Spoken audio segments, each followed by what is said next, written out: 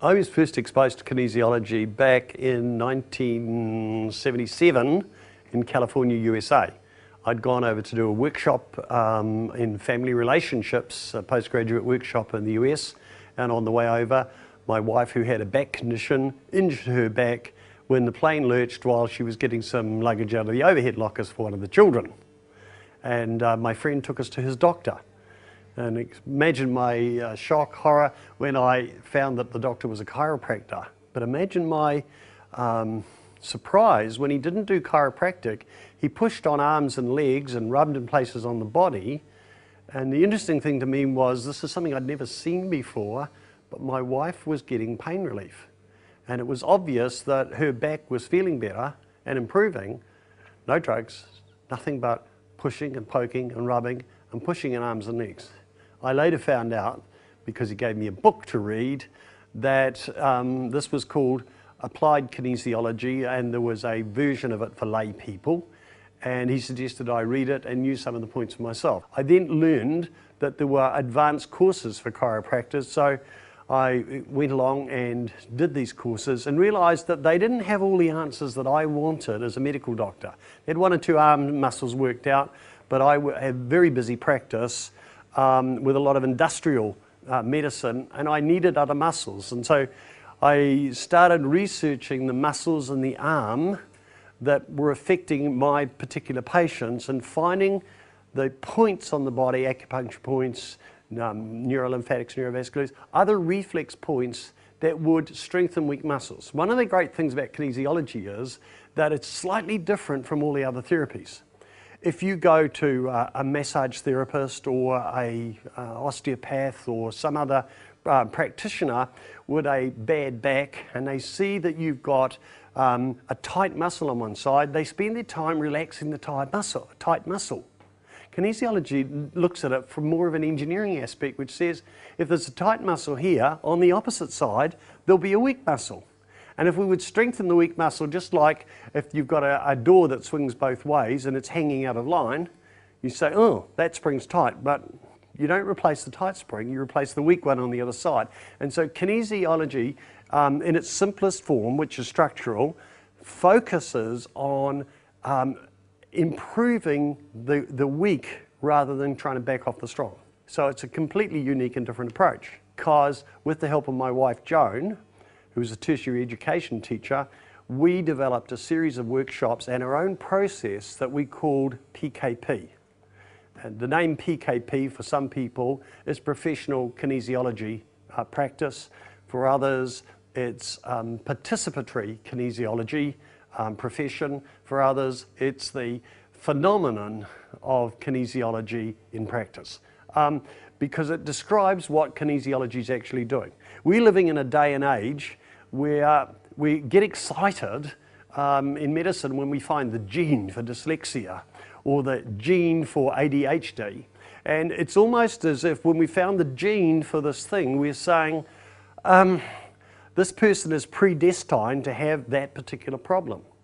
And yet modern research is showing us that gene expression is very, very important. And so genes can be turned on and genes can be turned off. And one of the things we know with kinesiology is that we can help the person make the shifts in their lives that turn genes on and off. And I was a person who was 21, medical student. I was told I had 6 months to live. I had developed an autoimmune disease. How that occurred is not the point of what I want to talk about, but I was given 6 months to live. Now, when you're 21, can you imagine 21 being told you've got 6 months to live? You can curl up and die, or you can say, well, maybe. Well, I was in love with a very pretty girl, and I got her to agree that if I could live 7 months, she'd marry me. And that was 45 years ago. So 45 years versus that. What did I do? First of all, I looked at natural therapies, but I also looked at not just the physical side of life, I looked at body, mind, and spirit, okay? And then I realized that it was more than mind. It was body, soul, and spirit. The soul being the mind, the will, and the emotions. And I concentrated on looking at all those areas. You know, and I read books like Napoleon Hill's Think and Grow Rich, When, I thought, if you can think and grow rich, can you think and stay alive? Okay? And applied those principles. I looked at the research that I was doing, okay, and realized that I've now lived a year. And what am I researching? I'm finding in my research that where I'm looking for a clinical result based on size of a saphenous vein being turned and used as an artery in a femoropopliteal bypass, that more important than the size of the saphenous vein is the attitude and the purpose in life of the person who's had it. And so the impact of all that is that Joan and I have developed the PKP as a clinical entity which enables people to change their lives, and it is a very open-ended system. If you sent me 3 people with, say, high blood pressure, it is very unlikely that any one of the 3 would get something the same as the other because their lives are different.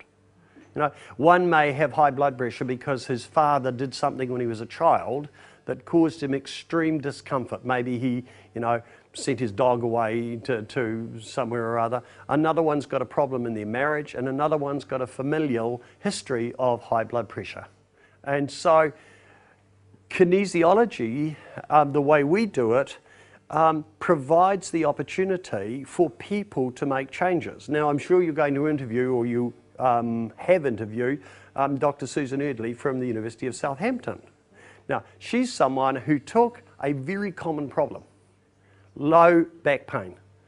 Costs the British economy millions and millions of dollars every year, and you're not alone. It costs the American economy, New Zealand economy, Australian economy, all economies, millions and millions of dollars a year. And she was able to get the research departments past this thing, well, does muscle testing work too? Here is like a black box. Our patient comes in, goes into the black box. What are they like when they come out the other end? I discovered that the PKP process actually causes a shift in the person with the low back pain. In fact, she discovered it was more effective than chiropractic or osteopathy or massage, or yay, even our drug therapies. Now, this is pretty exciting stuff. So you say, how has this impacted me? First of all, I started teaching workshops myself. I realized I couldn't possibly do all the teaching, so we got teachers of our systems. We have colleges all around the world teaching the PKP process. And out of those colleges have come people like Dr. Susan Erdley and people like Denise Gurney in Macclesfield, who are looking at a more qualitative type of research on what is the effect of this whole process on the client and on the practitioner. So looking at it from a totally different perspective. I guess if we could get funding from one of the big foundations, the impact I could have on the world, I could find researchers from all around the world and put them under the direction of someone like Dr. Erdley and say, let us do the kind of research in kinesiology at the same standard as we do for other things. Because we don't have drug companies to back us up. We need a foundation to recognize the possibilities.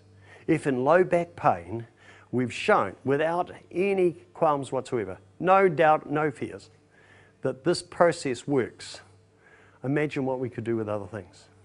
All we have at this stage is anecdotal evidence. We want some good, rigorous studies so we've got good, clear-cut evidence so that people can feel comfortable about coming into PKP as a career path that is going to give them an immense sense of satisfaction, as well as making a positive, long-lasting difference in the lives of the people with whom they're working. Thank you.